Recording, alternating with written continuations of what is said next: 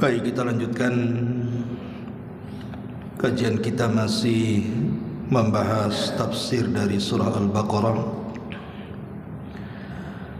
dan kita masuk pada ayat ke 49 dan seterusnya. A'udzubillahi minasyaitonir rajim. Bismillahirrahmanirrahim. Wa idh najjaynakum min ali fir'auna yasumunakum su'al adzab yudhabihuna abna'akum wa yastahyuna nisa'akum wa fi dzalikum bala'un mir rabbikum 'adzim. Wa idh faraqna bikumul bahra fa'anjaynakum wa aghraqna ala fir'auna wa antum tanzurun. Ingatlah ketika kami menyelamatkan kamu dari Fir'aun dan para pengikutnya, di mana mereka menimpakan siksaan yang sangat berat kepada kamu. Mereka telah menyembelih anak-anak laki-lakimu dan membiarkan hidup anak-anak perempuan. Pada yang demikian itu terdapat cobaan yang sangat besar dari Rabb-Mu. Ingatlah ketika kami membelah lautan untukmu, lalu kami menyelamatkan kamu dan menenggelamkan Fir'aun dan para pengikutnya, sedangkan kamu menyaksikan tenggelamnya Fir'aun dan para pengikutnya itu. Hadirin dan hadirat yang dimuliakan Allah Subhanahu wa ta'ala,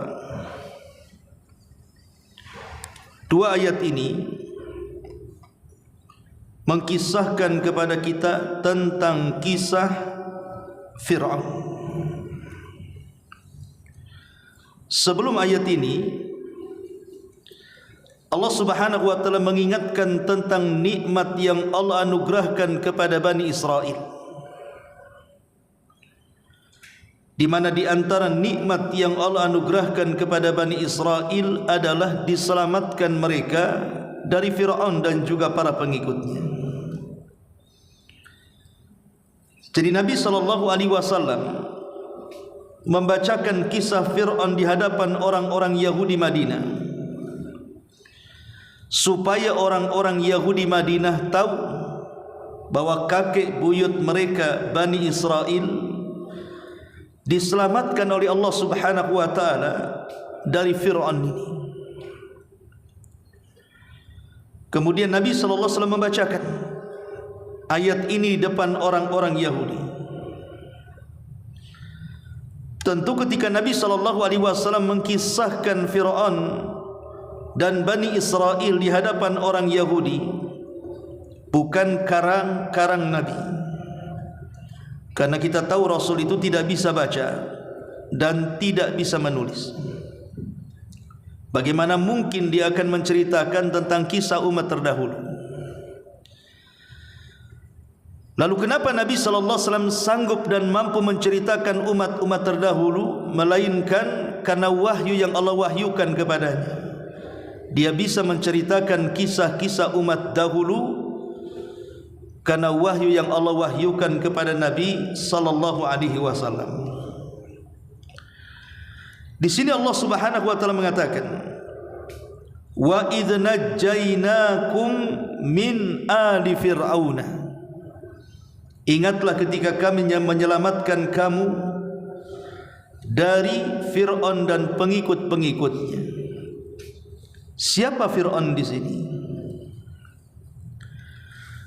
Perlu diketahui bahwa kalau dalam Al-Quran, dari awal Quran sampai akhir Al-Quran, ada ayat-ayat yang menceritakan tentang Fir'aun.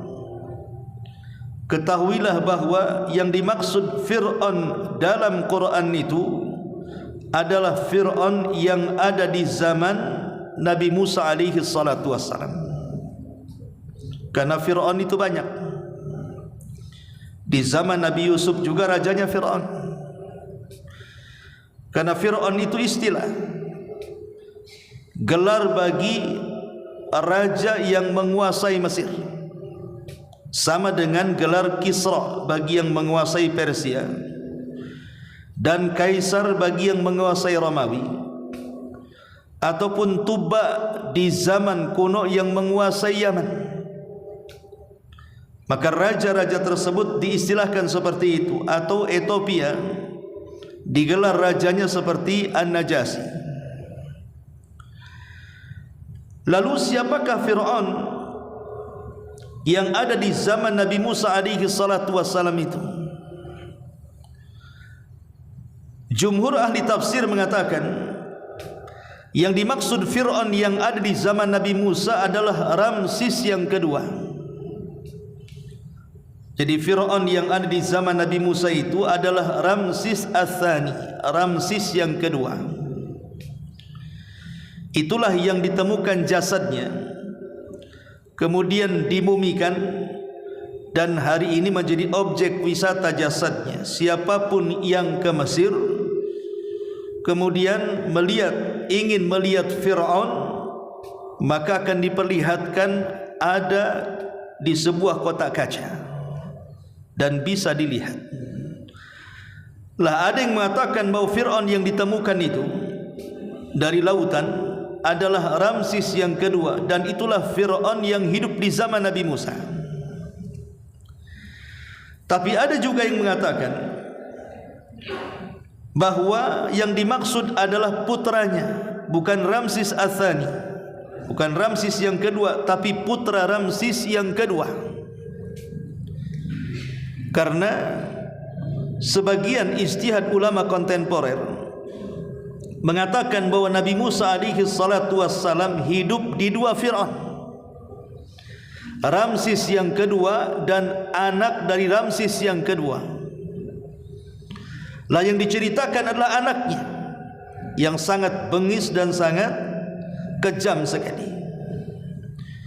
Tapi ada juga yang mengatakan namanya adalah Al-Walid ibnu Mus'ab.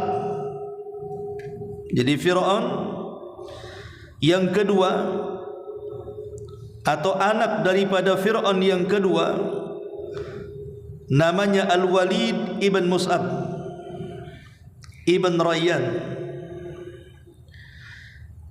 Ma'asyiral muslimin yang dimuliakan Allah Subhanahu wa taala, intinya bahwa Fir'aun adalah raja Mesir di zaman Nabi Musa, dan itu yang terakhir.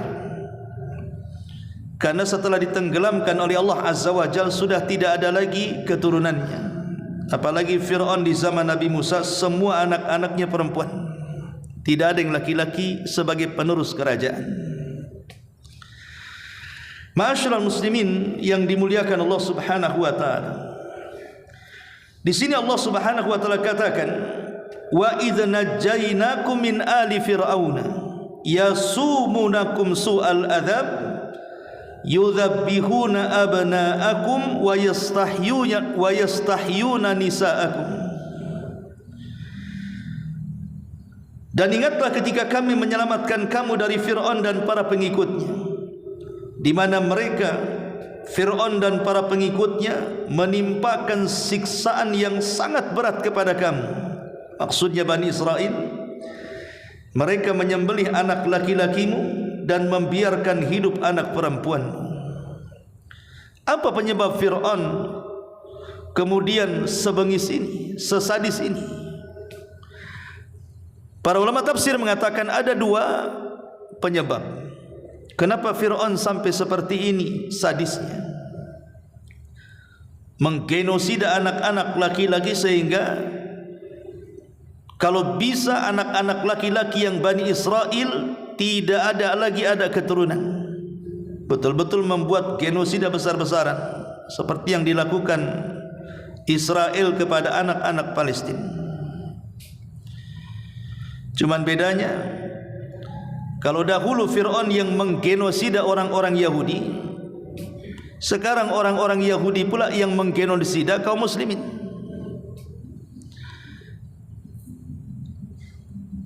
Ada yang mengatakan pertama, Fir'aun ini melakukan hanya semata-mata karena mimpi.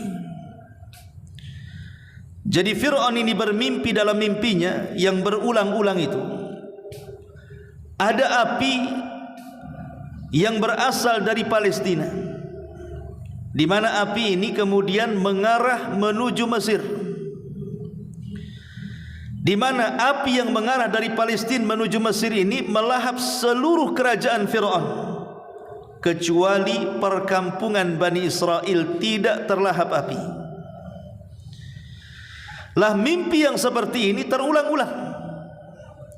Akhirnya kemudian Fir'aun memanggil penasehat spiritualnya, dukun-dukun dan para peramalnya tentang takwil mimpinya ini. Ini sebab yang pertama. Sebab yang kedua, bahwa Bani Israel ini sesama mereka selalu menceritakan tentang wasiat kakek buyut mereka Nabi Ibrahim alaihi salatu wassalam. Jadi Nabi Ibrahim alaihi salatu wassalam pernah mengatakan kepada anak-anaknya bahwa nanti keturunannya akan ada yang berkuasa, sehingga kemudian cerita ini terus diceritakan turun-temurun sampai di zaman Bani Israel, di zaman Nabi Musa. Sampailah kemudian ke telinga Fir'aun. Kemudian Fir'aun pun merasa ketakutan. Jangan-jangan apa yang dibincangkan Bani Israel betul akan ada dari turunan mereka yang menumbangkan kekuasaannya. Dari situlah akhirnya dia memanggil para penasihat spiritualnya, dukun dan peramalnya. Apakah yang dikisahkan orang-orang Bani Israel akan terjadi pada zaman kekuasaannya?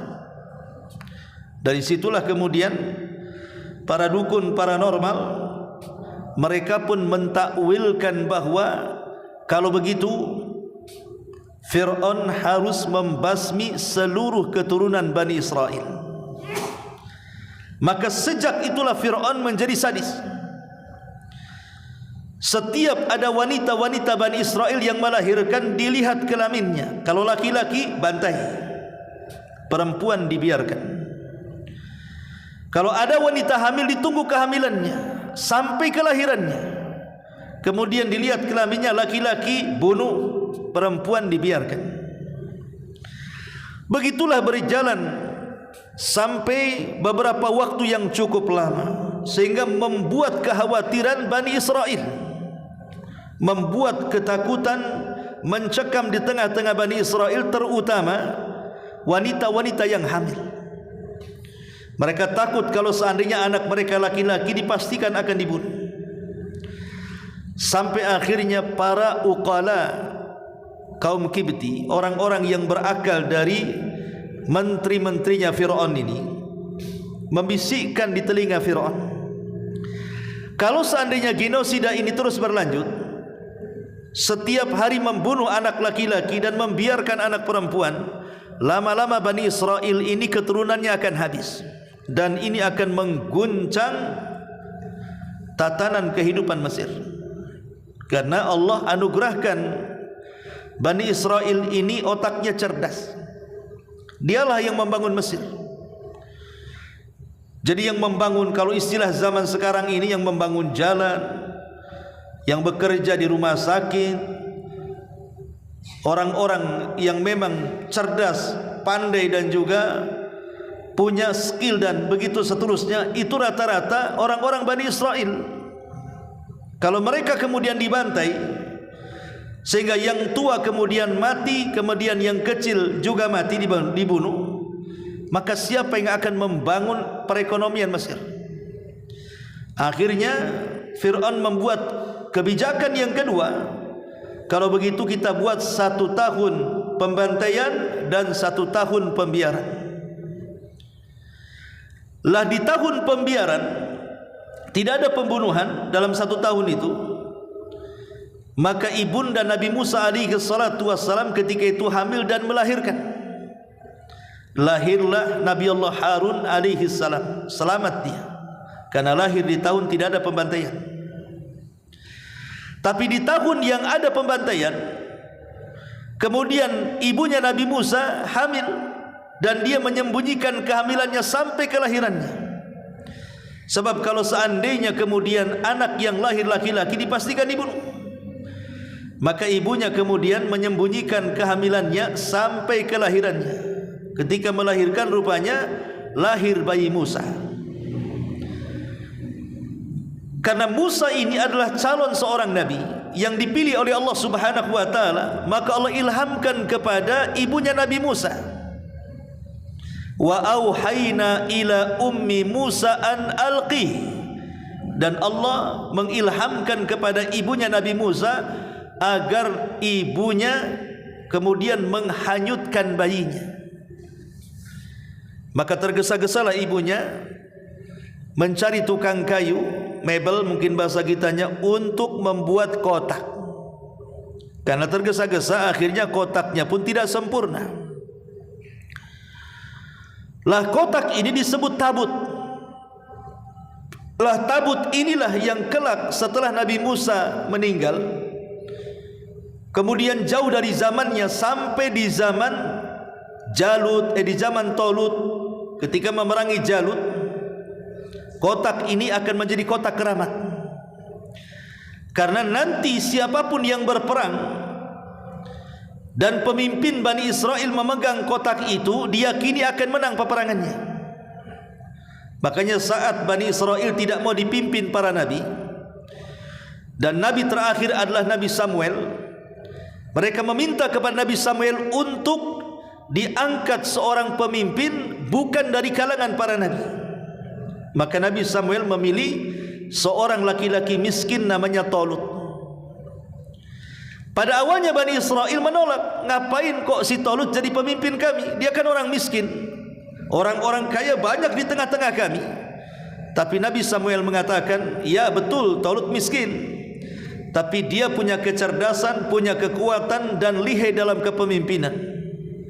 Tapi mereka tidak yakin juga, sampai akhirnya Allah mengutus Jibril untuk mengambil tabut yang dicuri Jalut, kemudian dipindah ke rumah Tolut.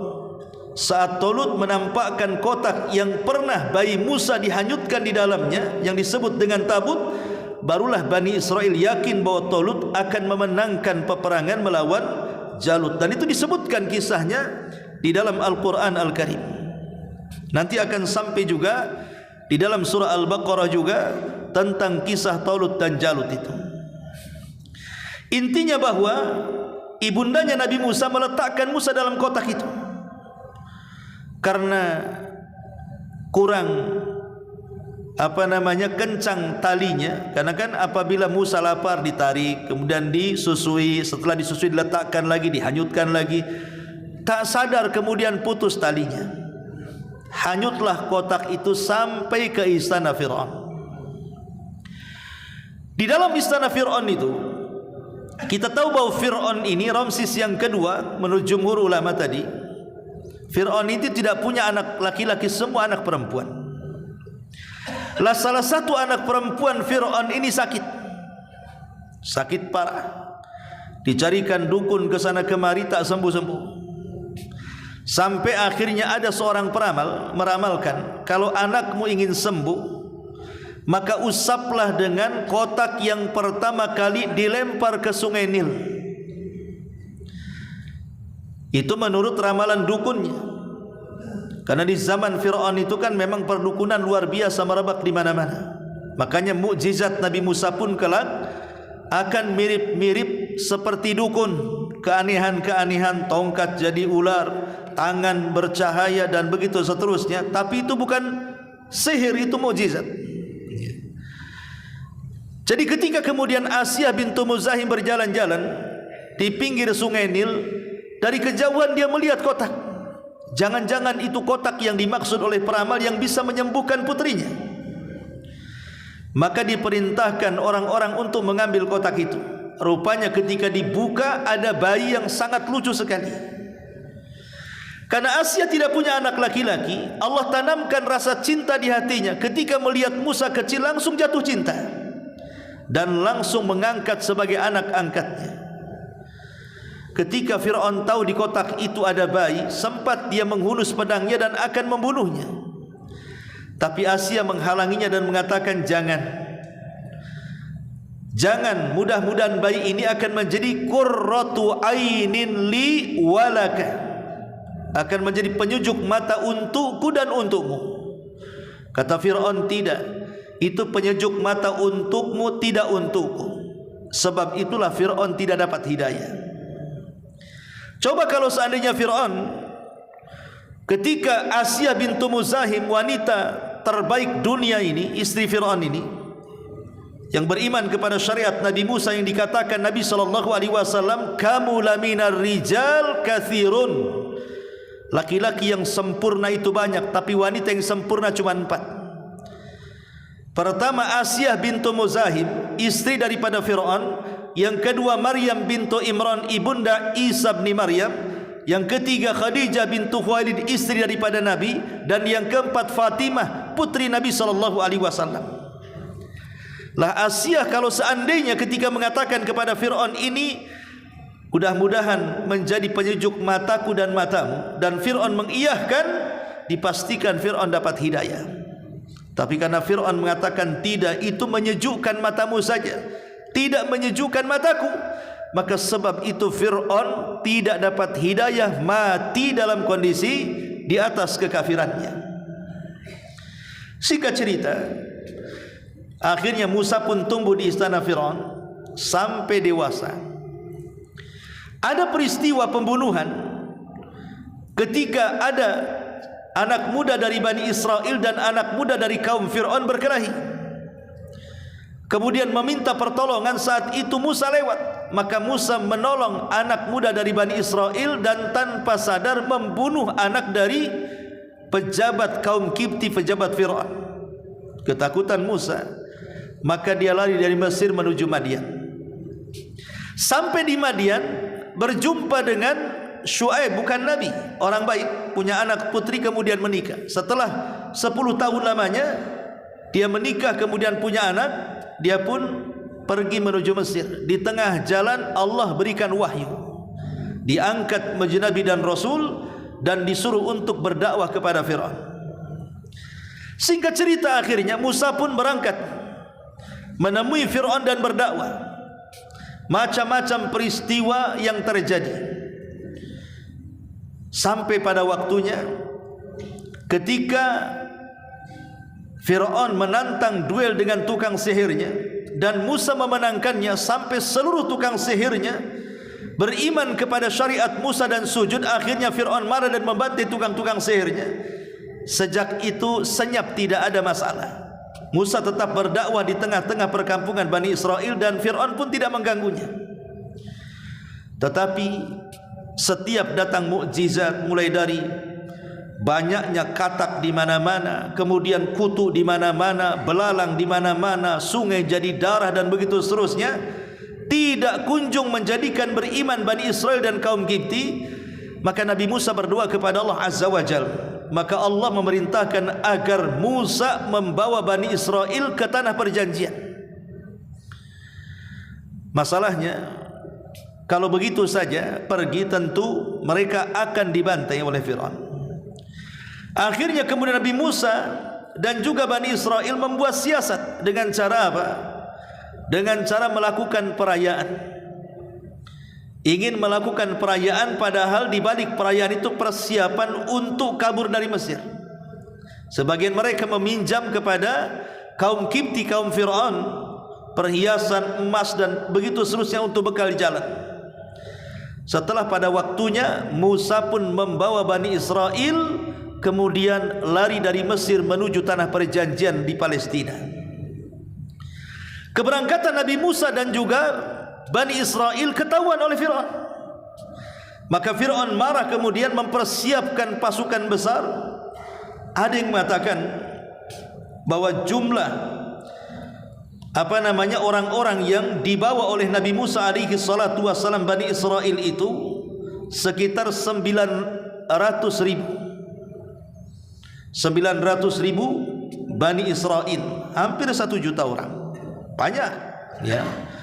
Sementara tentara Fir'aun itu 1.900.000 lebih, hampir 2 juta pasukan. Begitu menurut penafsiran para ulama. Tapi yang jelas bahwa berapapun jumlahnya tidak ada faedahnya. Ini yang disebutkan ahli tafsir saja. Artinya 2 kali lipat jumlah tentara yang dibawa Fir'aun dengan jumlah Bani Israel yang dibawa Nabi Musa. Ketika kemudian Musa sudah membawa Bani Israel, rupanya mentok karena ada lautan. Lautan itulah yang kemudian menghalangi perjalanan mereka Laut Merah. Sementara Fir'aun sudah mengejar di belakangnya, Bani Israel mulai ketakutan karena Fir'aun sudah nampak dari kejauhan. Mereka pun mengatakan kepada Nabi Musa, wa inna lamudrakun, kami sudah ketahuan wahai Musa. Lalu apa yang harus kami lakukan? Di depan kami ada lautan, di belakang pula tentara Fir'aun yang bengis. Maka Nabi Musa alaihi salatu wasallam dengan penuh keyakinan menenangkan Bani Israel dan mengatakan, tenang, inna ma'iya rabbi sayahdin. Kebersamaan Allah bersama kita, pasti Allah akan kasih petunjuk dan jalan kepada kita.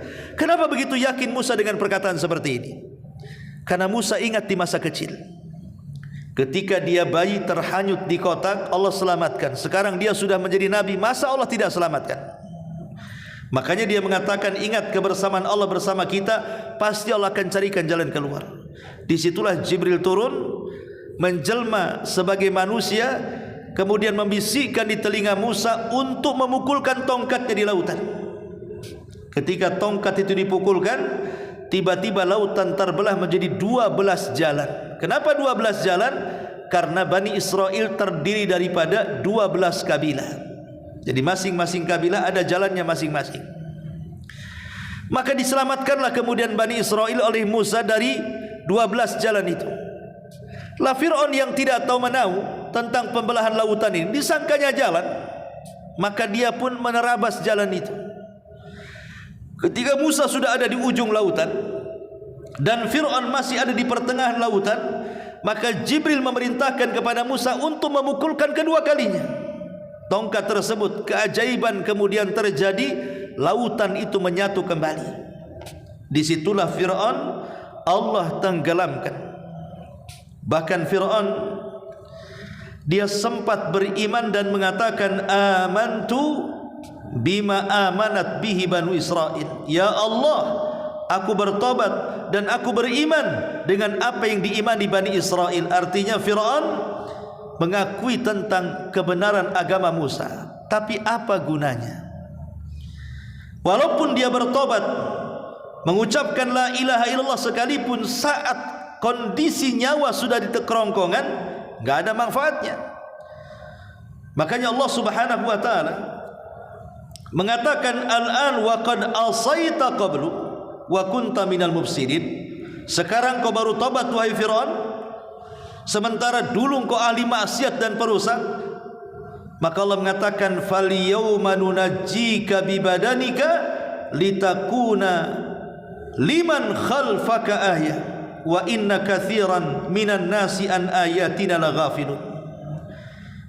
Hari ini setelah kau mati, kata Allah, aku akan selamatkan jasadmu supaya menjadi tanda kebesaran bagi orang-orang yang melihat jasadmu.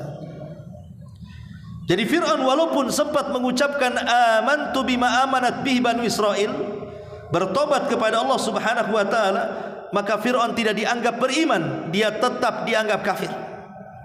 Makanya dalam sebuah riwayat, Jibril alaihi salam sampai saking geramnya dengan Fir'aun, ketika dia mengucapkan kalimat amantu bima amanat bihi Banu Israel, aku beriman dengan apa yang diimani Bani Israel, masuklah Jibril ke dasar lautan, mengambil pasir hitam, kemudian naik, kemudian disumpalkan di lisan Fir'aun itu, karena takut rahmat Allah turun mengampuni dosa-dosanya.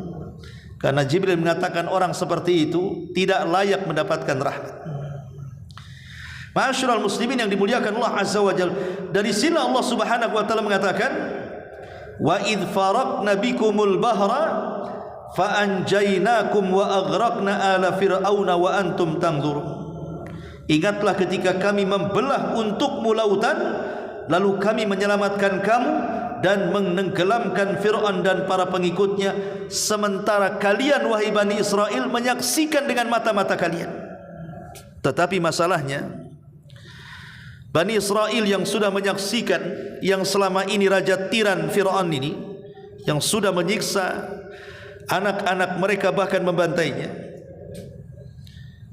artinya kebenaran Nabi Musa harusnya semakin kuat. Tapi saat kemudian mereka sudah menjauhi lautan itu, lewat di perkampungan, di situ ada para penyembah berhala, tiba-tiba mereka mengatakan di hadapan Musa, "Ya Musa, ij'al lana ilahan kama lahum aliha." Wahai Musa, jadikanlah Tuhan-Tuhan untuk kami seperti Tuhan-Tuhan yang mereka sembah. Maka Musa marah dan mengatakan, "Allahu Akbar, Allahu Akbar, innakum qaumun tajhalun." Kalian ini kaum yang jahil, yang bodoh, yang dungu. Allah sudah berikan hidayah, kalian malah mau sesat. Begitulah Bani Israel. Sekali-kali mereka beriman, sekali-kali mereka futur, bahkan membangkang nabinya. Lalu bagaimana setelah terselamatkan dari Fir'aun? Ini banyak kisah nanti setelahnya. Nah, tidak mungkin kita kisahkan karena waktu juga. Tapi yang jelas bahwa banyak peristiwa yang akan dilalui dari perjalanan Bani Israel setelah diselamatkan Fir'aun sampai ke tanah perjanjian. Bagaimana kisahnya? Tentu tunggu di kajian yang lainnya. Wallahu alam, saya kira kajian di malam hari ini 2 ayat saja. Mudah-mudahan ada manfaatnya. Subhanakallahumma bihamdika asyhadu an la ilaha illa anta astaghfiruka wa atubu ilaik. Allahu ta'ala alam. Assalamualaikum warahmatullahi wabarakatuh.